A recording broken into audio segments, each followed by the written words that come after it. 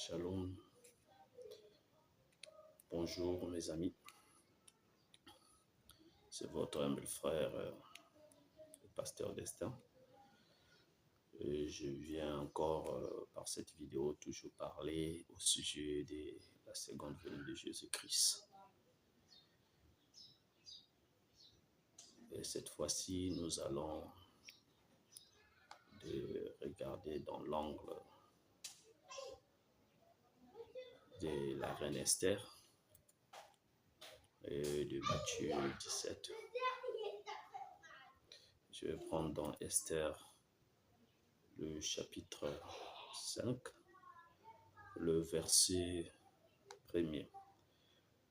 Le troisième jour, Esther mit ses vêtements royaux et se présenta dans la cour intérieure de la maison du roi.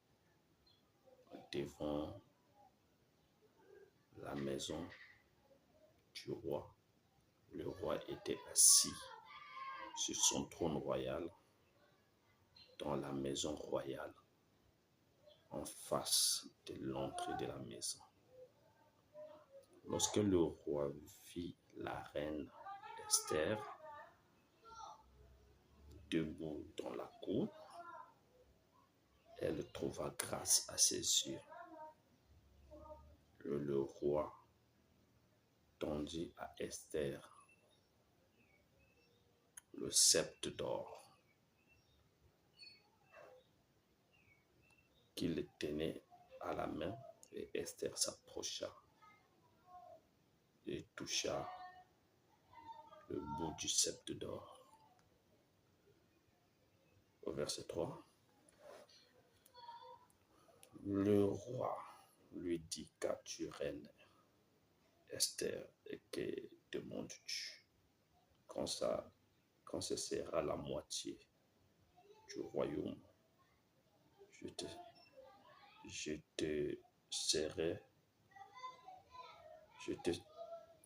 elle te serait donnée. Excusez-moi. Esther répondit: si le roi le trouve bon, que le roi vienne aujourd'hui avec Aman au festin que je lui ai préparé. Que Dieu bénisse sa parole. Bon, toujours dans le même sujet, nous avons vu le volet de la seconde venue avec les 10 vierges dans Matthieu 25, qu'il parlait des 10 vierges.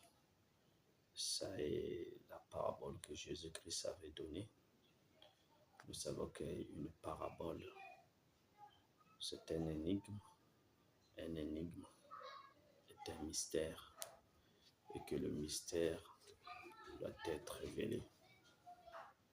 Mais Jésus, en parlant sur la parabole des 10 vierges, il y avait les 5 qui étaient sages, les autres étaient folles. Quand nous avons examiné cette parabole, nous trouvons qu'elle parle de notre jour. La parabole parle du temps de la fin. La parabole parle de l'âge de Laodicée. Parce que les autres vierges qui étaient folles, la folie, c'est la maladie de Laodicée. Elles étaient vierges, c'est-à-dire c'était des saints,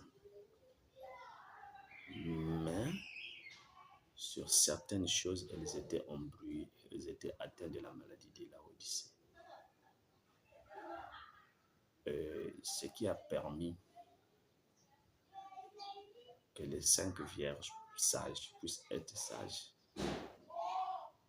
parce qu'elles avaient des bonnes lampes, c'est-à-dire les lampes, nous avons vu que c'était des ministères, les 5 ministères. Tous les 2 côtés, il y avait des 5 ministères, apôtres, docteurs, etc. Mais plutôt les autres croyaient à la plénitude de la vérité. Les autres ne croyaient pas à la plénitude. Mais l'épreuve du temps a révélé qui était réellement la véritable lampe, ou bien où étaient réellement les véritables lampes. Et l'épreuve du temps qui a révélé, parce que le plus tardait, c'est qu'il avait donné une date. Il avait donné la date pour venir et il a dépassé. Exemple, aujourd'hui, si je vous donnais rendez-vous, je dis que je viendrai à 12h et vous m'attendez de 12h jusqu'à 14h, c'est que j'ai retardé. J'ai tardé et quand je vais venir, ça sera un retard de 2 heures. Donc le pour a tardé, c'était pour éprouver les lampes.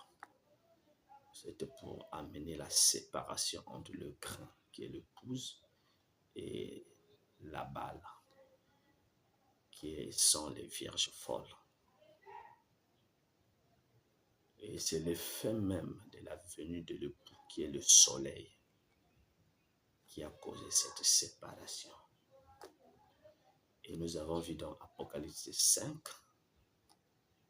que Jean était dans l'île de Patmos et l'ange puissant a crié qui est digne de prendre le livre et d'en remplir les seaux. Et l'ange Jean, la Bible dit que dans le ciel, sur la terre et sous la terre, personne ne fut trouvé digne de lui prendre le livre, ni d'en remplir les seaux, ni de le regarder. C'est là Jean a pleuré. L'Ancien lui dit, ne pleure pas, voici le lion de la tribu de Juda a vaincu. Pour prendre le livre et d'en remplir les seaux. Et quand Jean a regardé, c'était un agneau immolé. Frère Branham dit, dans la brèche entre les étages de l'église et les seaux, et dit, quand l'ange puissant a dit qui est digne, cet appel a été destiné à faire apparaître le parent rédempteur. Donc le parent rédempteur devait venir et entrer en scène, mais nous savons que le parent rédempteur c'est Christ. Le frère Branham dit que ce livre scellé des 7 sceaux sera révélé au jour des 7 tonnerres d'Apocalypse 10. Et ça sera au temps de la fin. Ce qui revient à dire que si le livre est encore scellé, c'est que Jésus-Christ n'est pas encore venu. L'équation est claire. Mais si Jésus-Christ, le livre est déjà ouvert, c'est que Jésus-Christ est déjà venu.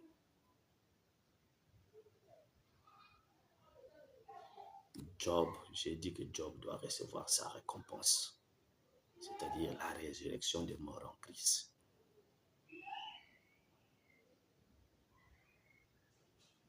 Et Ruth doit recevoir, Job doit recevoir son corps, la résurrection des morts en Christ. Et Ruth doit recevoir sa récompense, l'enlèvement. Et Daniel doit se mettre debout sur son héritage, les retours d'Israël dans leur territoire, la peine de 144 000. C'est l'ordre de la seconde venue. Mais si le parent rédempteur qui est le Seigneur Jésus-Christ n'est pas encore venu, toutes ces choses-là ne sont pas encore accomplies. Quand Jésus vient, ce n'est pas aussitôt quand il vient, pouf, il est parti avec son épouse. Non. Il y a le temps de préparation dans Matthieu 25. L'époux était là. La voix a dit, voici l'époux. C'est que les vierges avaient vu l'époux. Mais quand ils se sont réveillés, il fallait vérifier maintenant les lampes. Donc le temps de la préparation et de la venue de l'époux, c'est ça qu'on appelle le jour et l'heure. Donc quand l'époux est en train de venir, les vierges sont en train de se préparer. Parce que tous sont dormis. L'épreuve du temps. D'autres se sont endormis aux choses de Dieu. Ils sont plus motivés. Ils sont devenus tièdes, froids. Ils sont atteints de la maladie de la Odyssée. Mais d'autres étaient restés éveillés aux choses de Dieu. Surveillaient les prophéties, les événements, afin de les éclaircir. Selon les Écritures. Car ce sont les événements modernes rendus clairs par la prophétie.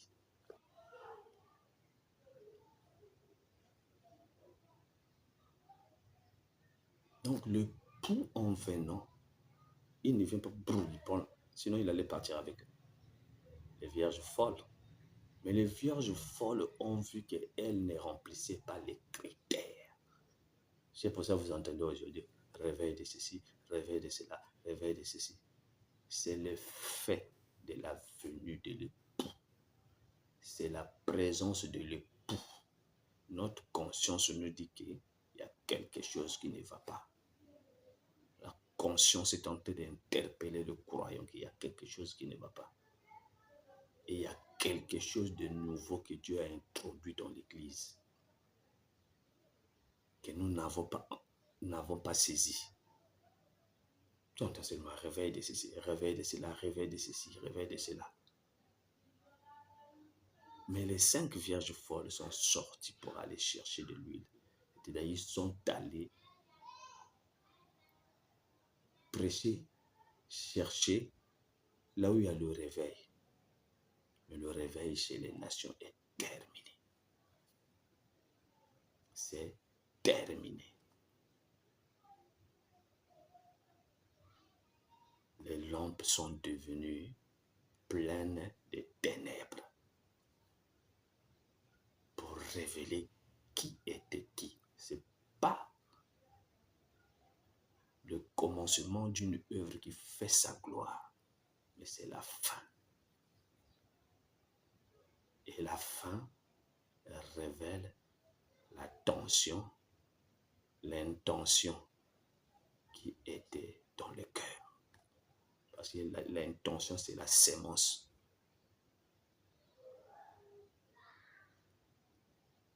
Donc, le pou est déjà venu, Matthieu 25. Le parent rédempteur est déjà venu, Ruth a reçu sa récompense. Les morts en Christ ont reçu leur récompense. La résurrection a déjà eu lieu.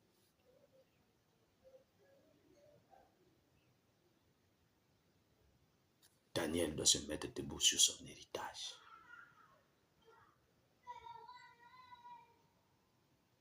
Maintenant, aujourd'hui, nous allons voir, selon Matthieu 17, c'est Jésus qui prend les disciples, qui les amène sur la montagne. Cette montagne a été appelée la montagne de la transfiguration après cet événement. C'était 6 jours après. Dans Esther, là où nous venons de lire, excusez, le roi Assyrus, surveillé, Jésus a pris 6 jours après. Donc l'événement qui s'est produit, c'était le 7e jour. Or, le 7e jour chez les Juifs, c'est le jour du sabbat.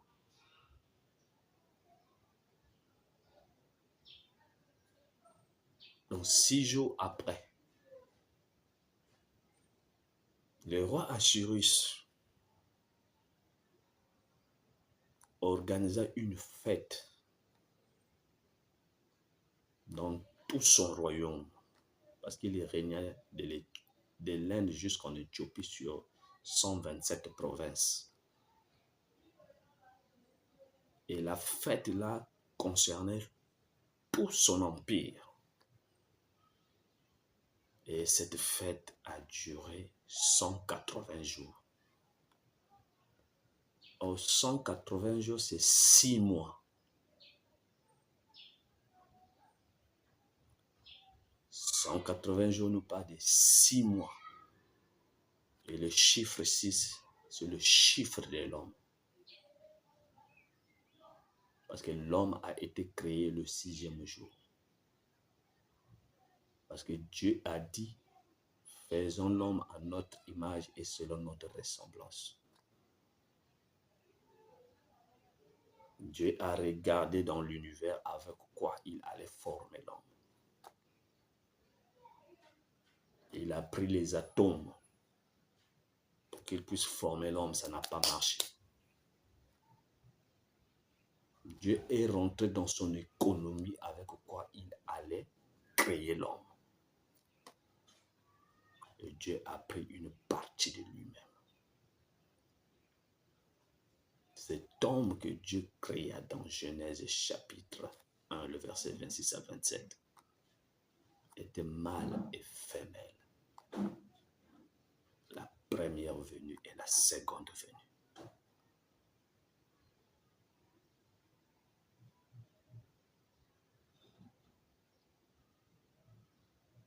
Cet homme que Dieu créa, c'était un homme esprit. Cet homme que Dieu créa était Dieu. C'était la partie forte et la partie faible.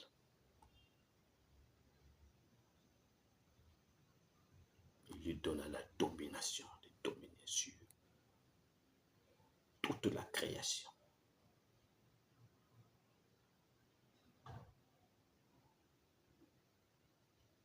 Mais le roi Ahasuérus, sa fête avait fait 6 mois, 160 jours.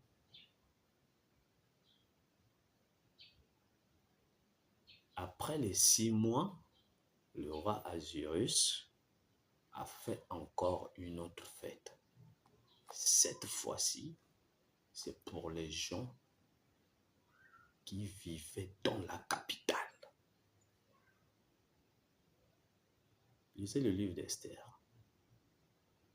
C'était spécialement pour les gens qui vivaient dans la capitale. Ça ne concernait pas tout le monde. La fête des 6 mois concernait toute l'humanité. C'est-à-dire les 6 âges de l'Église. Mais quand nous sommes arrivés au 7e mois, il organisa une fête de 7 jours. Mais cette fois-ci, ce n'était pas la fête de tout l'Empire. Mais c'était une fête spéciale pour les gens qui étaient à la tête de l'Empire. Cette fête concernait les gens qui faisaient partie de la tête. Après la fête de 7 jours, si nous prenons les mathématiques de Dieu, 180 jours, si nous rentrons dans les degrés, c'est 180 degrés. Aux 180 degrés, c'est la vision pentecôtiste.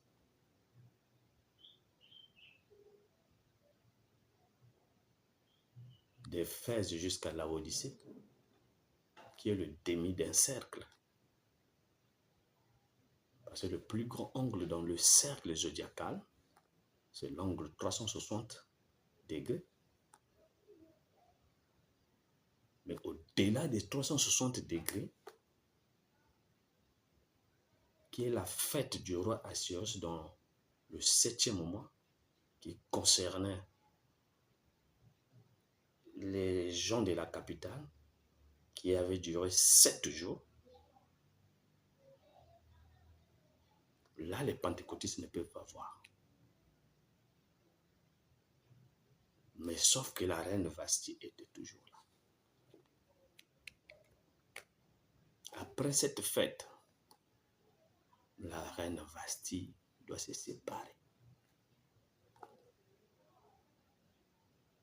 La reine Vashti ne doit pas demeurer.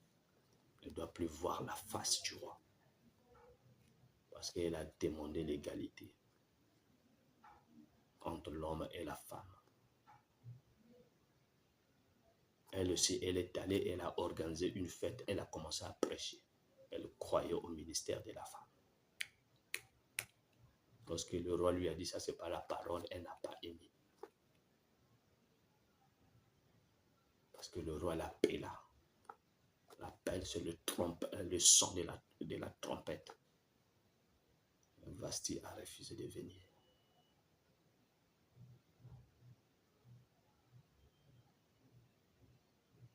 Et le roi s'irrita.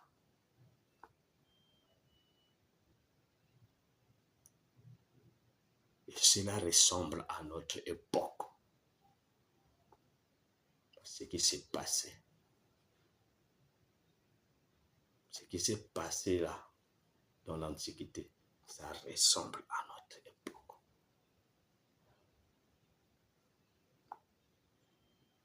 Le roi s'est fâché. La reine a manqué du respect au roi. Ça veut dire que toutes les femmes du royaume vont suivre le comportement de la reine. Parce qu'elle est devenue impudique.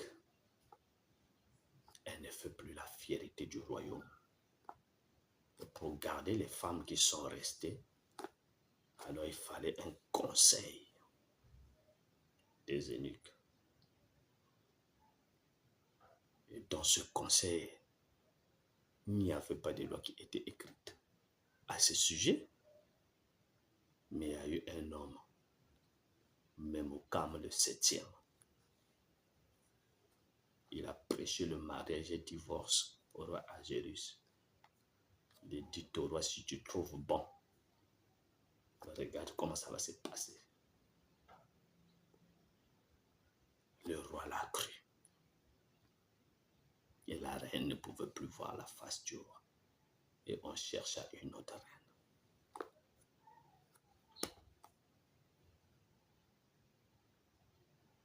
Et Esther, connaissant l'histoire, est rentrée dans la royauté pour prendre la place de la reine Vasti. Parce qu'elle est allée se prostituer. Elle a refusé, quand elle a écouté l'appel du roi, le son de la trompette.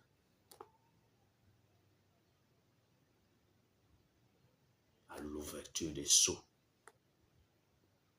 elle n'a plus voulu avancer avec la vision, avec la révélation. Comme c'est le soleil,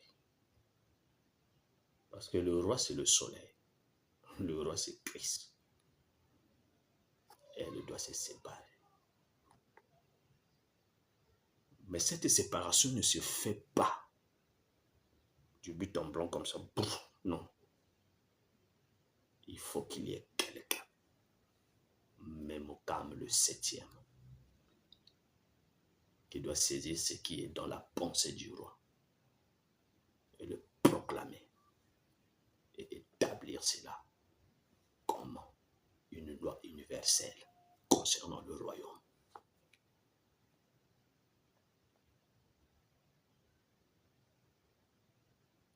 Parce que le roi n'avait pas une loi. C'était sa femme. Comment il pouvait la refuser? Il faut que la mort leur sépare. Mais ce qu'elle avait fait, on ne va pas rentrer là. Il fallait Memucan le 7e pour se saisir la révélation. William Marion Branham, j'aime ce prophète. Esther est rentrée dans la royauté. Quand Esther arrive dans la royauté,